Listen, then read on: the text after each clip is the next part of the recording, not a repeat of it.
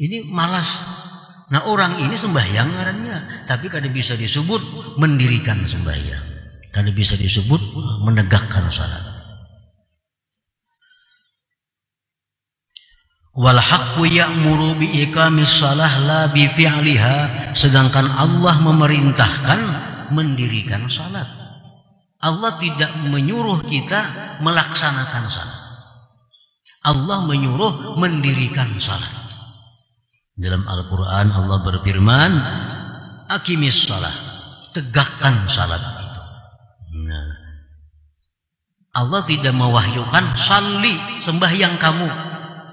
Ada macam itu. Tapi Allah aqimis shalah, dirikan salat. Ada perbedaan antara salli dengan aqimis shalah. Kalau salli itu biasanya diancam oleh Allah. Fawailul lil musallin, celaka orang-orang yang sembahyang itu. Nah kalau kita sembahyang aja kita masih dicela Allah, masih dikatakan celaka. Fawailul lil musallin. Oleh karena itu Allah tidak menyuruh kita sembahyang, tapi dirikan sembahyang.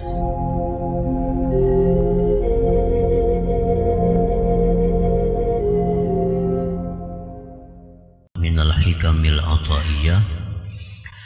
Qala al-Imam Ahmad ibn Ata'illah Sakandari rahimahullah wa nafa'ana bi ulumihi wa asrari. Hikmah yang ke-115 dari Al-Hikam, berkata pengarang Imam Ahmad bin Ata'illah As-Sakandari rahimahullah, lamma alimal haqqu minka wujudal malal lawana lakat ta'at wa alima ma fika min wujudis syawahi fahajaraha alaika fi ba'dil awqat liyakuna hammuka iqamatas salah la wujudas salah fama kullu musallin mukim, yang artinya sungguh telah mengetahui Allah subhanahu wa ta'ala daripada engkau akan adanya sifat bosan, sifat malas.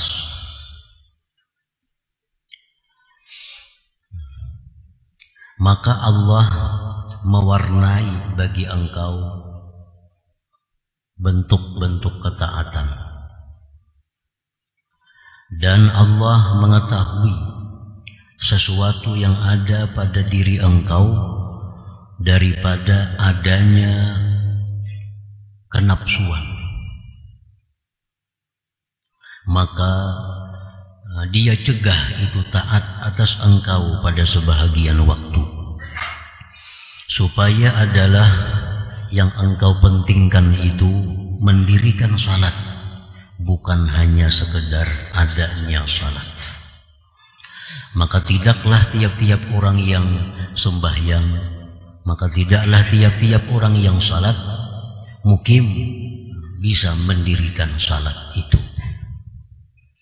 Nah itulah makna dari hikmah yang ke-115 ini.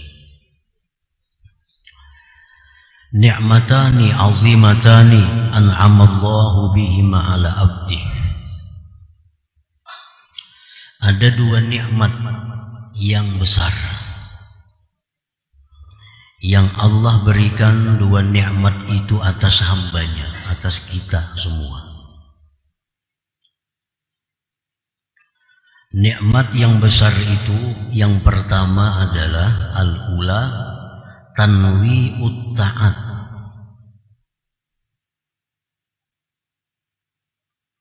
Nikmat yang pertama yang besar yang Allah berikan kepada kita adalah tanwi'ut ta'at, menjadikan taat itu beraneka ragam, menjadikan taat itu bermacam-macam, menjadikan taat itu berbeda-beda satu dengan yang lainnya. As-shalah seperti sembahyang, itu taat namanya. Wazikri, ada taat yang namanya zikir. Watilawatil Quran, Ada taat itu namanya tilawatil Quran, membaca Al-Quran. Wassalati ala Nabi sallallahu alaihi wasallam, dan ada pula taat itu rupanya bentuknya salawat atas Nabi sallallahu alaihi wasallam. Wa ghairiha, dan selainnya.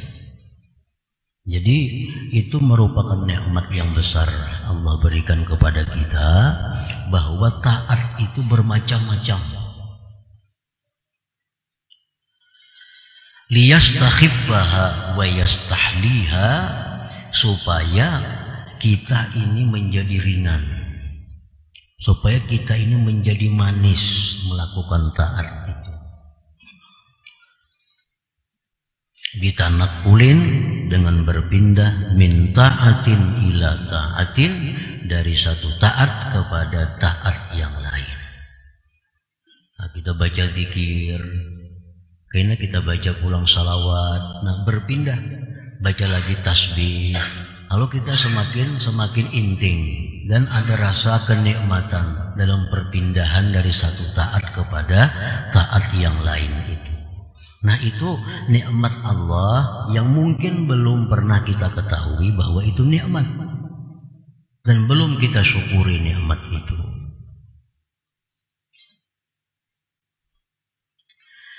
Fa in kanat min nau'in wahid sa'imatha an-nafs wa tarakatha istisqala. Maka jika adalah taat itu satu macam, andai kata taat itu semacam aja, niscaya bosan akan dia oleh nafsu kita dan meninggalkannya karena merasa berat. Makanya amalan itu semacam aja ada, berupa la ilaha illallah aja, kadada lain, kadada amalan, kadada salawat, kadada tasbih, kadada istighfar, kadada salat, kadada apa. Amalan cuma Allah mengulahkan sebuting aja, Allah mengulahkan satu aja zikir misalnya. Nah, akhirnya jadi bosan. Bisukan pagi itu juga dibaca, sore itu juga dibaca, malam yang itu juga dibaca. Akhirnya kita bosan. Bila mana bosan, otomatis kita meninggalkannya. Nah, jadi itu nikmatnya, itu anugerah Allah yang besar kepada kita. Taat itu banyak, taat itu bermacam-macam. Lianna sya'nan nafs an la taduma ala halin wahid, karena keadaan nafsu itu dia tidak kekal atas satu keadaan. Nafsunya paling kada ketujuh semacam aja kada ketujuh. Apakah kada ketujuh nafsu itu kalau semacam aja. Misal kita berisi pakaian putih-putih aja kada mau nafsu. Masih ada hendak hijau, ada hendak hitam. Pokoknya nafsu kita kada mau satu keadaan. Ala taral insana idza dawama ala ta'amin wahid tas'amuhu nafsu. Adakah tidak engkau lihat manusia itu bila mana dia mengekali atas satu macam makanan, maka bosan akan dia nafsunya. Hari-hari itu aja makanannya, tentu kita bosan. Dan ini terjadi zaman Bani Israel. Padahal makan ini makanan surga, al-man was-salwa, yang diberikan Allah kepada Bani Israel. Ini makanan yang istimewa, al-man was-salwa. Tiap hari dikirim dari langit. Makanan yang tidak ada dalam dunia.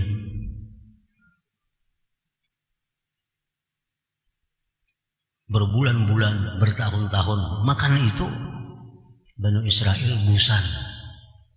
Hendak minta makanan sayur, makanan hina, makanan rendah, sayur minta, bayam, kangkung diminta. Karena sudah bosan dengan satu macam makanan. Nah, demikian halnya ibadah, demikian pula taat. Kalau itu aja semacam membuat bosan. Para muhibbin rahimakumullah. Qala ba'duhum tanwi'ut ta'at li thalathati awjuhin. Taat itu dijadikan berbagai macam bentuknya karena tiga keadaan. Yang pertama, liyastariha min nau'in ila nau', agar seseorang itu menjadi lapang dari satu ke satu yang lain. Coba aja kita membaca ratib. Ratib itu senang dibaca karena berpindah-pindah. Dari istighfar, pindah ke salawat, pindah ke subhanallah bihamdi, subhanallah walhamdulillah wala ilaha illallah wallahu akbar, pindah lagi wala haula wala quwata, berpindah-pindah. Jadi ratib itu jadi rasa inting dibaca. Yang pertama itu taat tadi bermacam-macam. Yang pertama supaya kita lapang. Yang kedua walitasbutalahun nisbah, supaya sabit bagi orang itu nisbah. Karena kalau dia misalnya hanya mengamalkan la ilaha illallah, dia paling dinisbahkan sebagai ahlinya la ilaha illallah. Tapi kalau orang ini macam-macam, nah dia bisa disebut orang yang mengamalkan la ilaha illallah, bisa disebut orang yang mengamalkan salawat, bisa disebut orang yang mengamalkan tasbih, disebut orang yang mengamalkan baca Quran. Nah, banyak nisbah-nisbah yang ditujukan kepada orang yang mengamalkan tadi. Supaya banyak ngaran kita ini. Nah. Jadi kalau kita satu aja amalan, misalnya salawat saja, kita ahli salawat saja. Kada ahli zikir, kada ahli tahlil, kada ahli tasbih, kada ahli baca Quran. Kalau salawat saja bacaan kita. Nah, jadi supaya banyak nisbah-nisbah itu dijadikan taat tadi macam-macam. Yang ketiga, walituqama alaihil hujjah, agar didirikan atasnya hujjah. Karena di akhirat kita ditanya, kenapa engkau tidak taat? Busan ya Allah. Nah, makanya Tuhan taat tuh banyak. Kalau ikam busan sembahyang, baca Quran. Ikam busan ini, baca ini. Nah, jadi itu untuk menjadikan hujah Allah kepada kita. Sehingga kita tidak ada alasan malas untuk taat kepada Allah. Tidak ada alasan untuk tidak berzikir kepada Allah. Karena banyaknya macam-macam zikir itu. Nah, para muhibbin rahimakumullah. Fal ibadatu ma'an nasyat walau qallat a'zamu minal ibadah ma'al kasal. Ibadah itu disertai dengan semangat, disertai dengan rajin, gairah. Sekalipun sedikit, itu lebih besar nilainya di sisi Allah daripada ibadah beserta malas sekalipun banyak. Orang sembahyang tarawih 4 rakaat saja, 2 salam, 2 rakaat salam, 4 rakaat. Tapi inya bagus, rajin. Pada 20 menguliat. Ini sudah imam baca surah hanya berdiri, bahunjurlah. Allah lebih suka sedikit tapi ma'an nasat, beserta rajin. Fal ibadatu ma'an nasyat walau qallat a'zam minal ibadah ma'al kasal wa in kasurat. Nah, ibadah itu rajin, sekalipun sedikit bilangannya, itu lebih besar nilainya daripada ibadah yang disertai dengan malas sekalipun banyak hitungannya.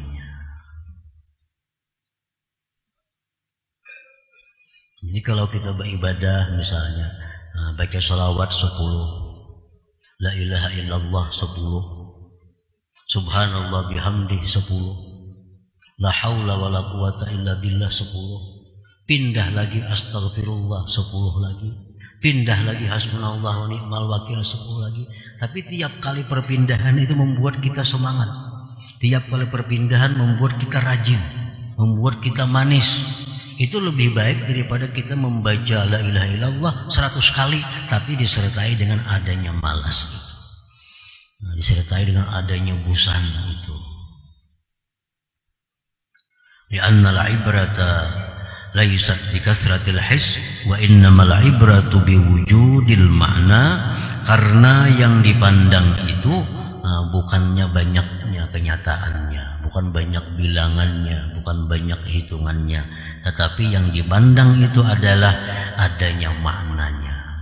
Jadi Allah memandang ibadah itu kualitasnya, memandang kualitasnya, bukan yang dipandang banyaknya. Orang yang bersedekah misal 1 juta, tapi kualitasnya bercampur dengan riya.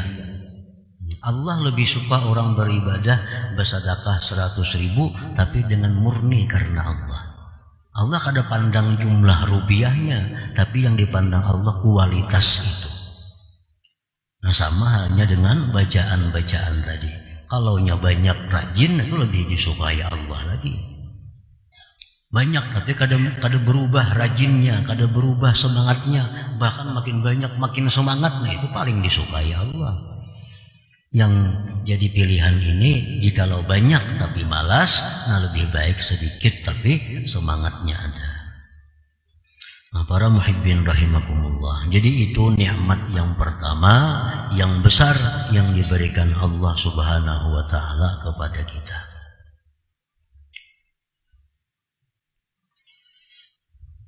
Wasaniyatu, yang kedua nikmat yang besar itu hajruha fi ba'dil awqat.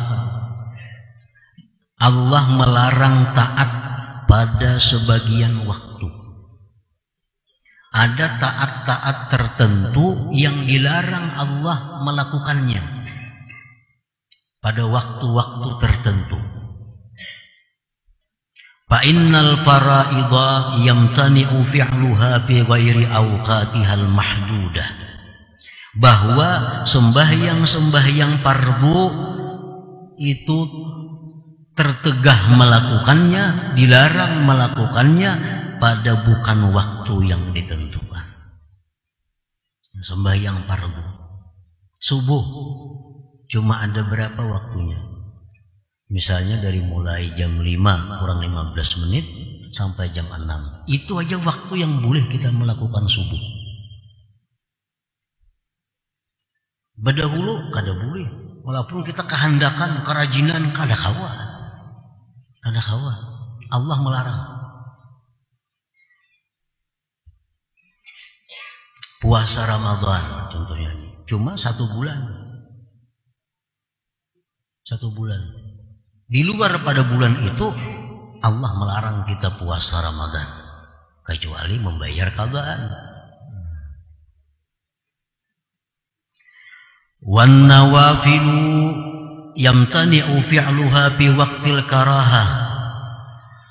Yang sunat-sunat daripada sembahyang terlarang memperbuatnya, tertegah memperbuatnya pada waktu karahah.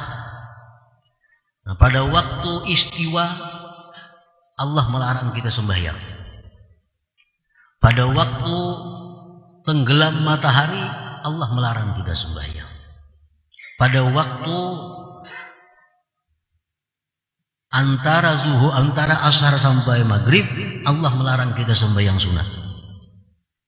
Kecuali sunat-sunat tertentu yang dibolehkan. Nah, Allah melarang ini itu merupakan nikmatnya kepada kita. Nikmatnya kepada kita. Tujuannya apa? Li'alla yahsula minka syarahun, agar tidak ada daripada engkau itu kenapsuan. Kenapsuan.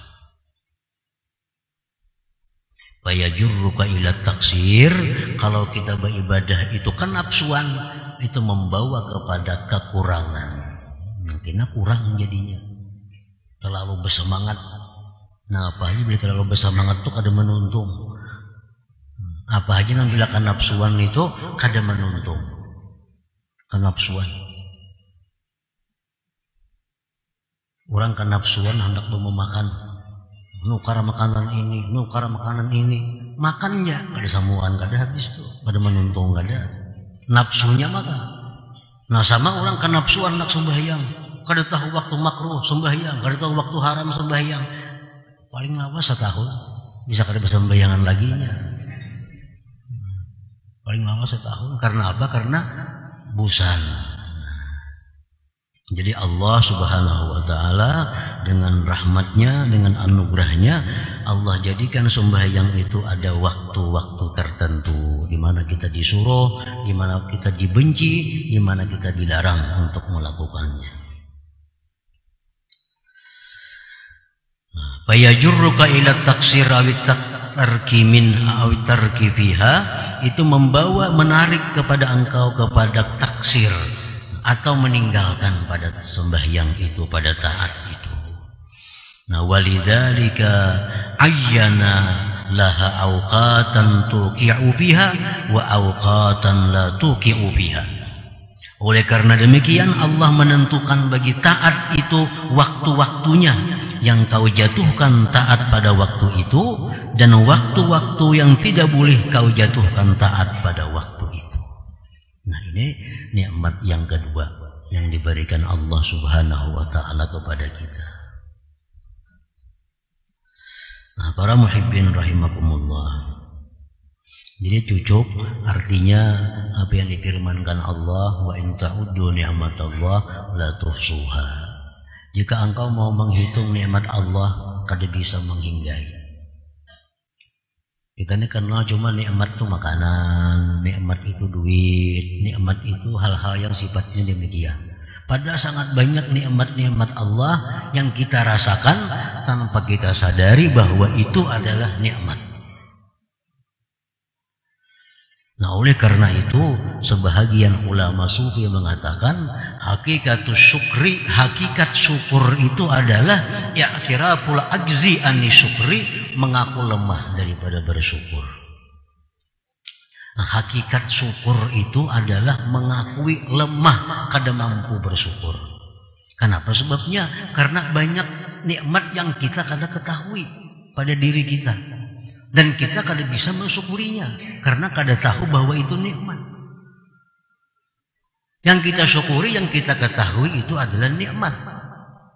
Padahal banyak nikmat yang kita tidak mengetahui bahwa itu nikmat, lalu kita kada mensyukurinya. Jadi orang yang bersyukur itu sebenarnya adalah orang yang mengakui bahwa dia tidak mampu mensyukuri nikmat Allah Subhanahu wa ta'ala itu. Karena nikmat itu tidak terbatas, nikmat itu tidak terhingga, maka otomatis syukur pun kada akan bisa mampu untuk menjangkau semua nikmat itu. Dan setiap nikmat itu disyukuri. Setiap nikmat mesti disyukuri. Setiap nikmat mesti disyukuri.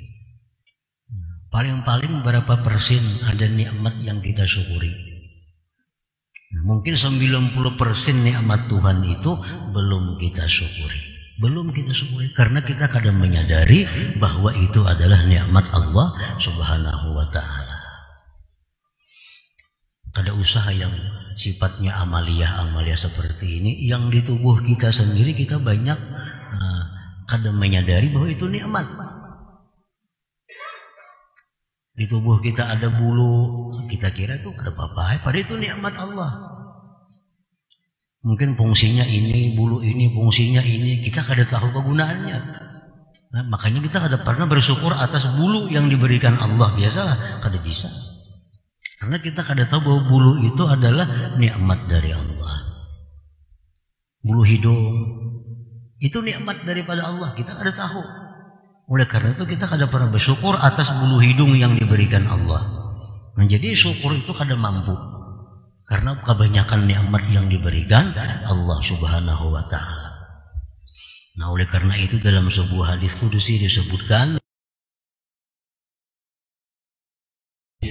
orang-orang yang sudah kedudukannya tinggi jangan merasa aman dari Allah. Karena kalau Allah menghitung, pasti kalian akan masuk ke dalam neraka. Karena syukur ini wajib disyukuri. Setiap nikmat itu wajib disyukuri. Banyaknya nikmat yang kita kada syukuri. Banyak nikmat yang kita tidak mengetahui. Jadi kalau Allah mau menghitung satu persatu, nikmat ini mesti disyukuri, nikmat ini disyukuri, kita akan kalah. Kita akan kalah. Nah, jadi dalam hadis qudsi itu, wahai orang-orang siddiqin, jangan merasa aman bahwa kalian itu masuk surga. Karena kalau Allah mau menghitung satu persatu, kalian akan masuk ke dalam api neraka. Nah, karena banyak perbuatan kita yang belum mencapai kewajiban-kewajiban yang diwajibkan Allah kepada kita. Nah, para muhibbin rahimakumullah. Fa in kana al-malalu aw syarahu waqi'aini fi shalah lam yakunil ati biha muqiman lis-shalah bal fa'ilas shalah. Jikalau malas atau kenapsuan tadi jatuh keduanya pada sembahyang, kita sembahyang malas sembahyang, atau kita sembahyang kenapsuan terburu-buru, maka tidaklah orang yang melaksanakan sembahyang itu disebut muqimus shalah, menegakkan salat. Paling-paling disebut melaksanakan salat. Karena ada perbedaan antara orang yang melaksanakan salat dengan orang yang mendirikan salat. Itu ada perbedaan. Setiap orang yang mendirikan salat pasti melaksanakan salat. Setiap orang yang melaksanakan salat belum tentu bisa menegakkan mendirikan salat itu. Nah, tadi fama kullu musallin mukim, maka tidaklah tiap-tiap orang yang sembahyang itu disebut mendirikan salat. Nah, para muhibbin rahimakumullah, kalau kita sembahyang disertai malas, itu pasti kada akan bisa menegakkan salat. Paling hanya disebut inya sembahyang, paling disebut hanya dia salat, tapi tidak bisa disebut dia mendirikan salat karena ada malas. Orang yang terburu-buru sembahyang, orang yang kenapsuan sembahyang, kada akan bisa disebut menegakkan salat, mendirikan salat. Paling bisa disebut dia orang yang salat saja. Itu dia, kayak kita bulan puasa, imam tarawih, di belakang nih mau rak pinggang, bahunjur, macam-macam. Ini bila imam udah parak rukuk hanya Allahu Akbar. Saperapat Fatihah 4 rukuk. Imam menanggung kan ada babanya. Ini malas. Nah, orang ini sembahyang ngarannya, tapi kada bisa disebut mendirikan sembahyang. Kada bisa disebut menegakkan salat. Wal haqqu ya'muru bi iqamis shalah la bi fi'liha, sedangkan Allah memerintahkan mendirikan salat. Allah tidak menyuruh kita melaksanakan salat. Allah menyuruh mendirikan salat. Dalam Al-Quran Allah berfirman, aqimis shalah, tegakkan salat itu. Nah, Allah tidak mewahyukan salli, sembahyang kamu. Ada macam itu. Tapi Allah aqimis shalah, dirikan salat. Ada perbedaan antara salli dengan aqimis shalah. Kalau salli itu biasanya diancam oleh Allah. Fawailul lil musallin. Nah, celaka orang-orang yang sembahyang itu. Nah, kalau kita sembahyang aja kita masih dicela Allah, masih dikatakan celaka. Fawailul lil musallin. Oleh karena itu Allah tidak menyuruh kita sembahyang, tapi dirikan sembahyang, dirikan salat. Nah, kalau ada perasaan malas, ada perasaan bosan, ada kenapsuan, kita kada akan bisa mendirikan salat itu. Wa qala bi hikayatin an Ibrahim alaihi salam, Allah berfirman dalam Al-Qur'an menceritakan Nabi Ibrahim. Nabi Ibrahim dalam doa beliau kepada Allah, Rabbi ja'alni muqimas salah. Rabbi ja'alni, ya Allah jadikanlah aku muqimas salah, mendirikan salat. Jadikanlah aku orang yang menegakkan salat. Itu doa Nabi Ibrahim. Nabi Ibrahim tidak minta kepada Allah dengan permintaan Rabbi ja'alni, jadikanlah aku ya Allah musallian, orang sembahyang. Tidak demikian. Tapi Nabi Ibrahim minta kepada Allah, Rabbi ja'alni muqimas shalah. Nah, supaya kita bisa menegakkan sembahyang, salah satunya kada disertai dengan malas, kada disertai dengan keterburu-buruan atau kenapsuan tadi. Li'annal muqim huwallazi ra'a syara'itaha wa arkanaha wa sunanaha wa adabaha wa khusyu'aha. Karena yang disebut dengan mendirikan salat itu orang yang memelihara syarat-syarat sembahyang, orang yang memelihara rukun-rukun sembahyang, orang yang memelihara sunat-sunat sembahyang, orang yang memelihara adab-adab sembahyang. Adabnya lebih halus daripada sunat. Adab itu lebih halus. Orang yang sembahyang dengan pakaian yang kotor, kada najis, kada apa, cuma kotor. Misal ada bekas ludah, ada bekas ingus, itu kan kada najis tapi kotor. Orang sembahyang dengan pakaian itu sah sembahyangnya, tapi orang ini tidak beradab. Tidak beradab. Nah, orang seperti ini kada bisa disebut muqimas shalah, menegakkan salat. Paling ini disebut musallin, orang yang sembahyang. Wa khusyu'aha, dan menjaga kekhusyuan salat itu. Nah, jadi pengertian menegakkan salat itu artinya salatnya sudah pasti sah, karena syaratnya rukunnya sudah sempurna, ditambah lagi dengan sunat-sunatnya, dengan adab-adabnya, terutama kekhusyuannya. Nah, untuk mencukupi hal-hal demikian tadi, kada akan bisa kalau disertai dengan malas, kada akan bisa disertai dengan kenapsuan, mesti dengan ketenangan, dengan nasyat, dengan kerajinan itu. Nah, oleh karena itu Allah tadi membikin taat itu bermacam-macam supaya kita jangan malas, jangan bosan. Karena kalau taat itu malas, kita kada akan bisa menegakkan taat, paling bisa memperbuatnya. Nah, demikian pula Allah menjadikan taat ini dilarang pada waktu ini, dimakruhkan pada waktu ini.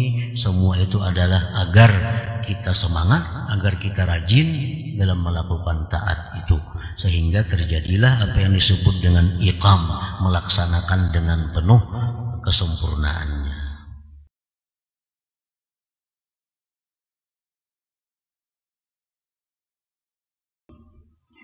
Hikmah yang ke-116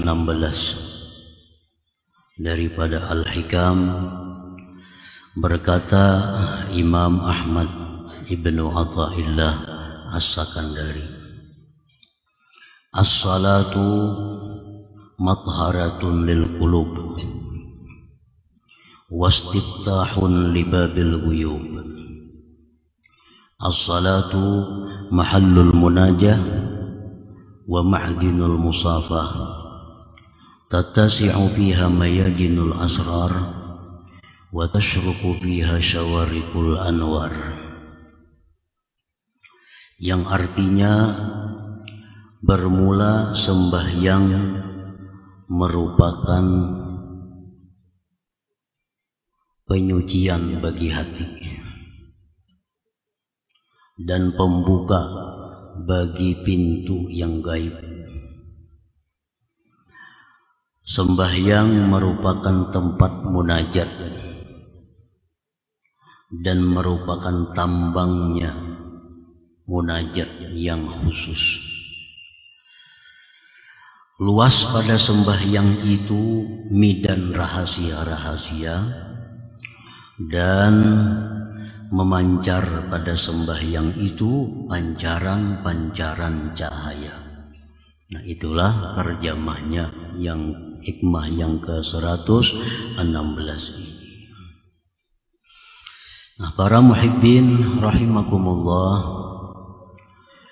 as-salatu mathharatul qulub, mathharatun lil qulub. Bermula sembahyang itu pensucian bagi hati.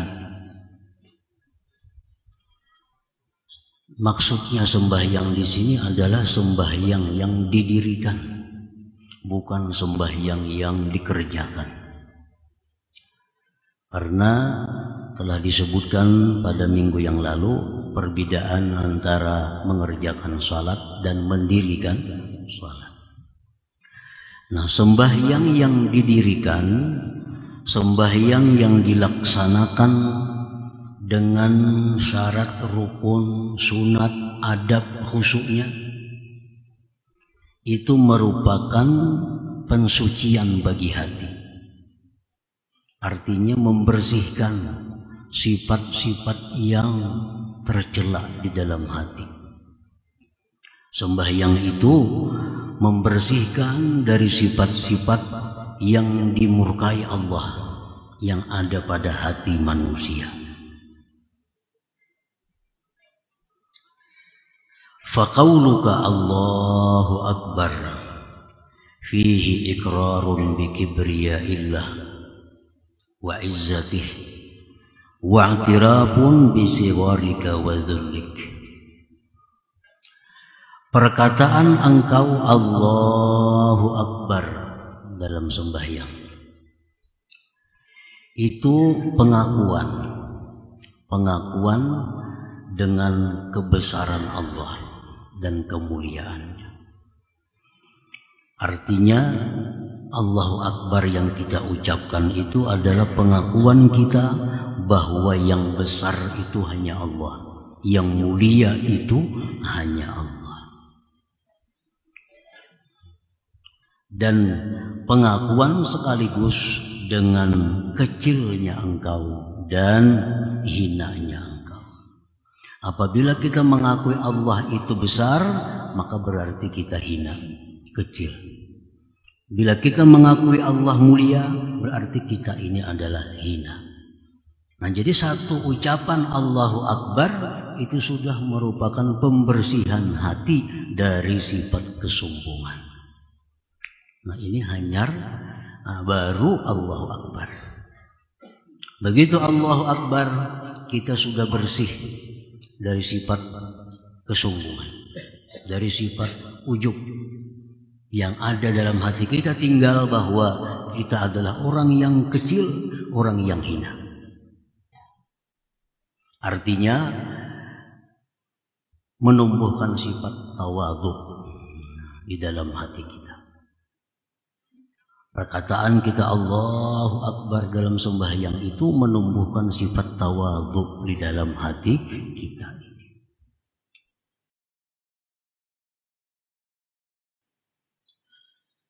Sifat tawadhu, orang yang menyadari bahwa dirinya ini tidak ada apa-apa. Sifat tawadhu, orang yang menyadari bahwa dirinya ini adalah kecil. Sifat tawadhu, orang yang menyadari bahwa dirinya ini adalah hina. Sifat tawadhu, orang yang menyadari bahwa dirinya itu adalah bodoh, fakir. Nah, oleh karena demikian, orang yang bersifat tawadhu itu dia tidak akan bangga kalau dipuji. Dipuji setinggi langit, tidak akan membanggakan dirinya. Karena dia sadar bahwa dia adalah orang yang hina, orang yang kecil. Nah, andai kata dia dicaci maki, dihina, dia tidak akan kecewa. Dia tidak akan sedih hati karena dia menyadari bahwa diri memang hina, memang kecil, memang fakir, memang bodoh. Nah, ini orang yang bersifat tawadhu.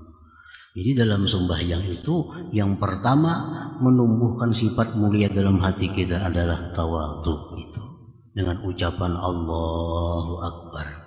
Dan ucapan ini yang paling banyak dalam sembahyang.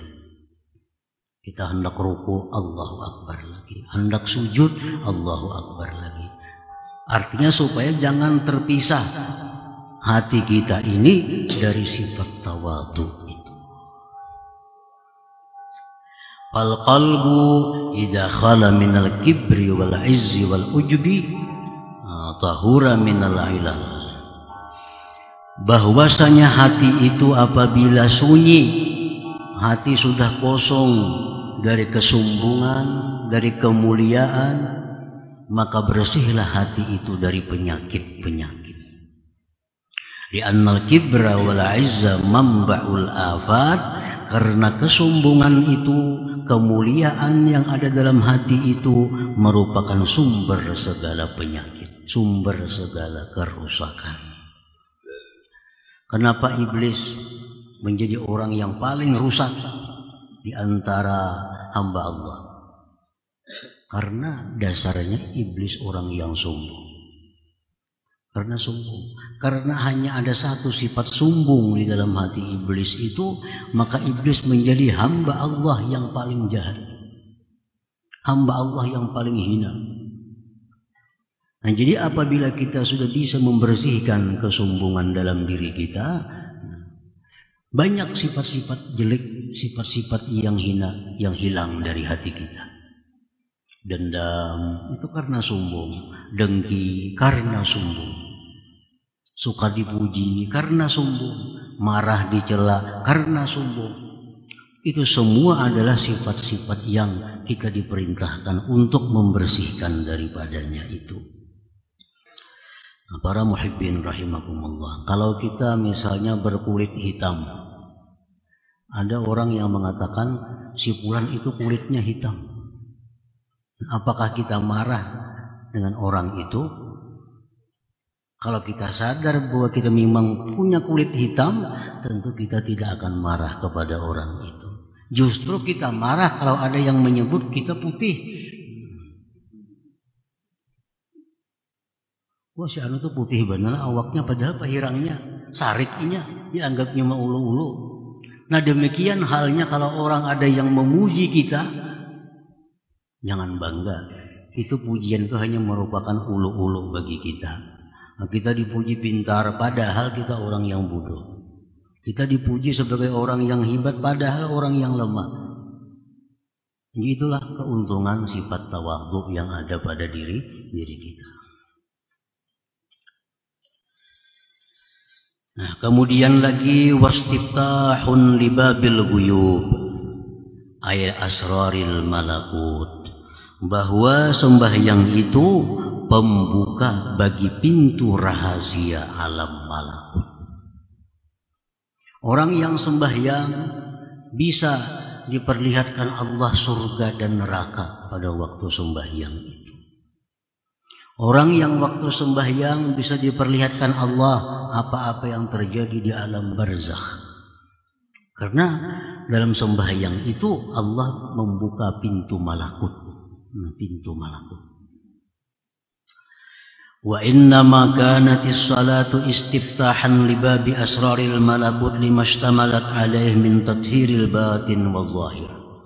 Hanya saja adalah sembahyang itu pembuka bagi pintu rahasia malakut, karena sesuatu yang mengandung sembahyang itu atasnya dari pensucian batin dan zahir.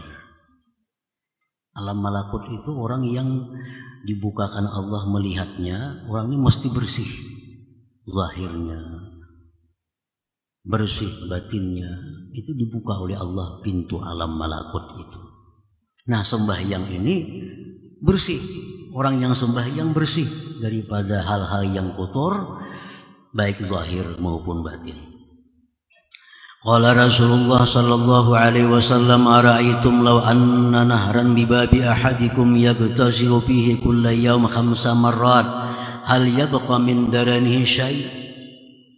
Rasulullah SAW bersabda kepada sahabatnya, apakah pendapat kalian wahai sahabat, jikalau ada sungai di pintu rumah kamu, mandi pada sungai itu tiap-tiap hari 5 kali mandi, apakah ada tersisa daki di tubuh kalian? Qalu la yabqa min daranihi syai'. Ujar sahabat, tentu ada bedaki lagi. 2 kali gini sehari itu mandi sudah bersih, ini 5 kali sehari. Qal Rasulullah bersabda, fadzalika mithlu shalawatil khams. Itulah perumpamaan sembahyang 5 waktu. Yamhullahu bihinnal khataya. Allah hapus dengan sembahyang 5 waktu itu segala dosa kita, segala kesalahan kita. Nah, kalau sudah terhapus dosa, kesalahan kita, maka mata hati kita akan nampak, mata hati kita akan terang. Itulah saatnya dibuka Allah rahasia-rahasia malakut tadi.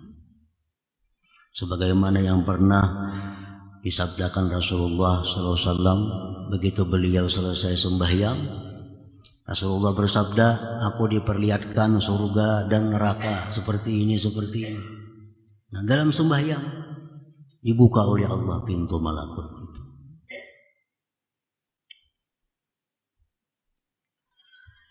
As-salatu mahallul munajah. Sembahyang itu tempatnya munajat.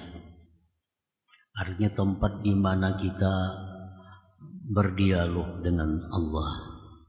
Tempat di mana kita saling mengutarakan sesuatu kepada Allah. Tempat di mana kita berkomunikasi dengan Allah. Itu sembahyang. Qala Nabi sallallahu alaihi wasallam, al-musalli yunaji rabbah. Orang sembahyang itu dia munajat kepada Tuhannya. Artinya apa yang kita ucapkan dijawab oleh Allah. Apa yang kita minta diterima oleh Allah. Itu munajat. Wa qala aidan yaqulullahu ta'ala, Rasulullah bersabda, firman Allah Subhanahu wa ta'ala, qasamtus salah baini wa baina 'abdi wa li 'abdi ma sa'al. Fa idza qala al-'abdu alhamdulillahi rabbil alamin, qala ta'ala hamidani 'abdi. Aku bagi sembahyang itu antaraku dan antara hambaku. Ini hadis kudusi. Dan bagi hamba apa yang dia minta. Apabila hamba itu mengucapkan alhamdulillahi rabbil alamin, artinya segala puji bagi Allah Tuhan semesta alam. Nah, itu Allah berfirman, hamidani abdi. Ujar Tuhan, hambaku itu dia telah memuji kepadaku. Nah, ini munajat, dialog dengan Allah. Begitu kita mengucap alhamdulillahi rabbil alamin, itu sebenarnya Allah menjawab hamidani abdi. Hambaku telah memuji aku. Faidha qal, bila seorang hamba berkata ar-rahmanir rahim, qala ta'ala, Allah berfirman majjadani abdi, telah memuliakan kepadaku hambaku, telah mengagungkan kepadaku hambaku. Nah, kita mengucap bahwa Allah itu maha pengasih, Allah itu maha penyayang. Allah menjawab bahwa dia telah memuliakan aku.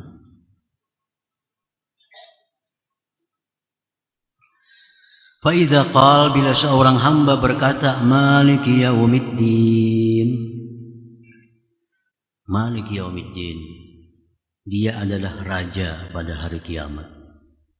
Qala ta'ala, Allah menjawab, fawwadha ilayya amdi, telah berserah kepadaku hambaku. Nah, inilah artinya dalam sembahyang itu kita ada dialog dengan Allah. Kita ada munajat dengan Allah.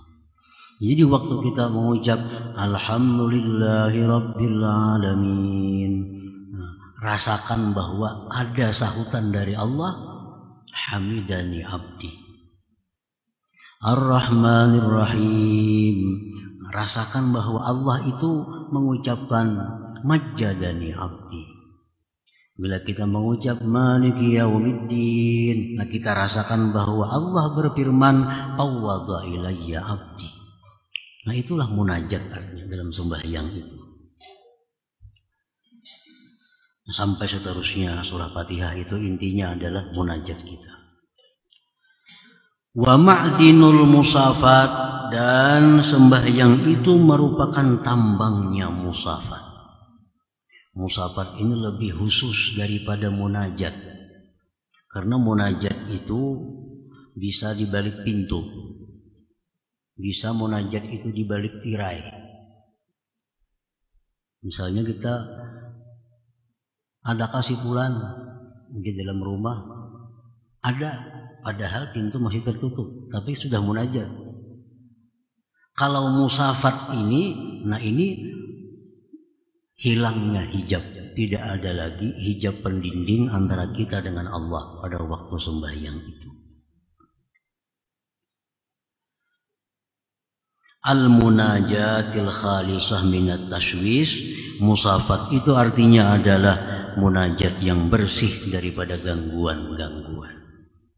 Wa fil hadis, innal 'abda idza qama ila shalah rafa'allahu al-hijab bainahu wa bainah. Seorang hamba itu bila berdiri kepada sembahyang, Allah angkat hijab antaranya dan antara Allah Subhanahu wa taala. Jadi kalau kita munajat itu masih ada kemungkinan di balik tirai, di balik pintu. Tapi kalau sudah musafat, hilang pendinding, hilang pencegah daripada kita dengan Allah Subhanahu wa taala. Dan itu terjadi di dalam sembahyang itu. Tattasi'u fiha mayadinul asrar, luas pada sembahyang itu midan-midan rahasia. Maksudnya tansyarihu fihal qulub bitawarudil ulum wal ma'arif. Terbuka pada sembahyang itu hati kita. Hati terbuka dalam sembahyang itu untuk menerima kedatangan ilmu-ilmu dan ma'rifat. Dalam sembahyang itu hati kita ini sebenarnya terbuka, menadah untuk masuknya ilmu-ilmu dan ma'rifat dari Allah Subhanahu wa taala. Wa tashruqu fiha syawarikul anwar tatlu'u fil qulub al anwarul lati hiya min samaratil ulum wal ma'arif, dan terbitlah pada hati itu cahaya-cahaya merupakan buah daripada ilmu dan ma'rifat tadi. Jadi waktu sembahyang itu hati kita terbuka menerima ilmu, menerima ma'rifat. Begitu hati menerima ilmu ma'rifat, hati kita menjadi bercahaya. Dan cahaya ini memancar ke seluruh tubuh kita. Nah, para muhibbin rahimakumullah, cahaya itu memancar kepada mata. Maka mata ini terpelihara daripada memandang yang diharamkan Allah. Cahaya itu memancar ke telinga, telinga terpelihara daripada mendengar yang diharamkan oleh Allah. Cahaya memancar ke tangan, tangan pun terpelihara daripada meraba, menjamah, menyentuh yang diharamkan oleh Allah. Cahaya memancar ke kaki, kaki pun terpelihara daripada melangkah kepada hal-hal yang dilarang oleh Allah Subhanahu wa taala.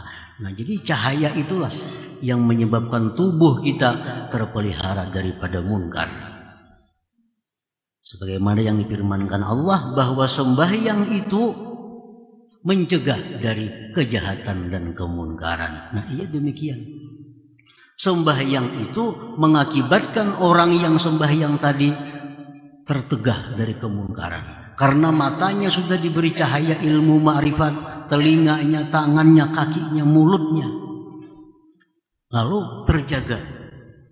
Karena ada cahaya ilmu dan ma'rifat yang memancar dari hatinya tadi. Nah, para muhibbin rahimakumullah, faidah-faidah sembahyang yang disebutkan tadi ini khusus diberikan Allah kepada orang yang benar-benar mendirikan salat. Orang yang hanya sekedar melaksanakan salat, nah, tentu tidak akan dapat faidah-faidah seperti tadi. Orang salat sembahyangnya kada paham apa yang dibacanya. Kadang-kadang berapa rakaat jumlahnya kada ingat juga. Untung mah ikut imam. Jaka sorangan tuh bisa kayak apakah sembahyangnya. Untung mah ikut imam. Untung mah ikut imam. Makanya itu bila imam ini salah, di belakang lalu daur. Imam ini salah, misal imam mestinya tasahud awal. Imam berdiri di belakang tuh daur, karena kada ingat juga. Kada ingat juga.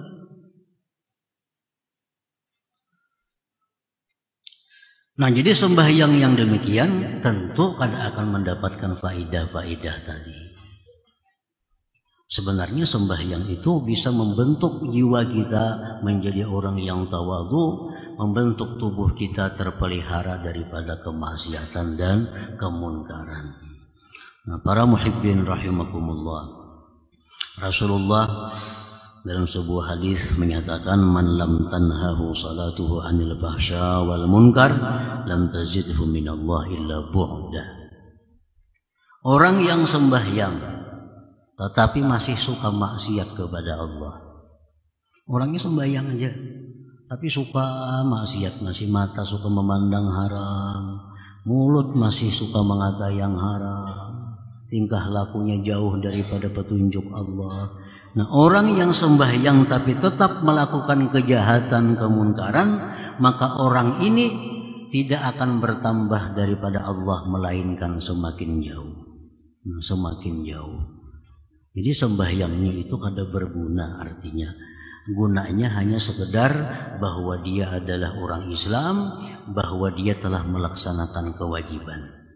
Perkara faidah-faidah sembahyang yang sangat banyak, manfaat-manfaat sembahyang yang sangat banyak kada akan didapat kalau sembahyang hanya sekedar menjaga syarat dan rukunnya. Ini sembahyang asal sah sudah.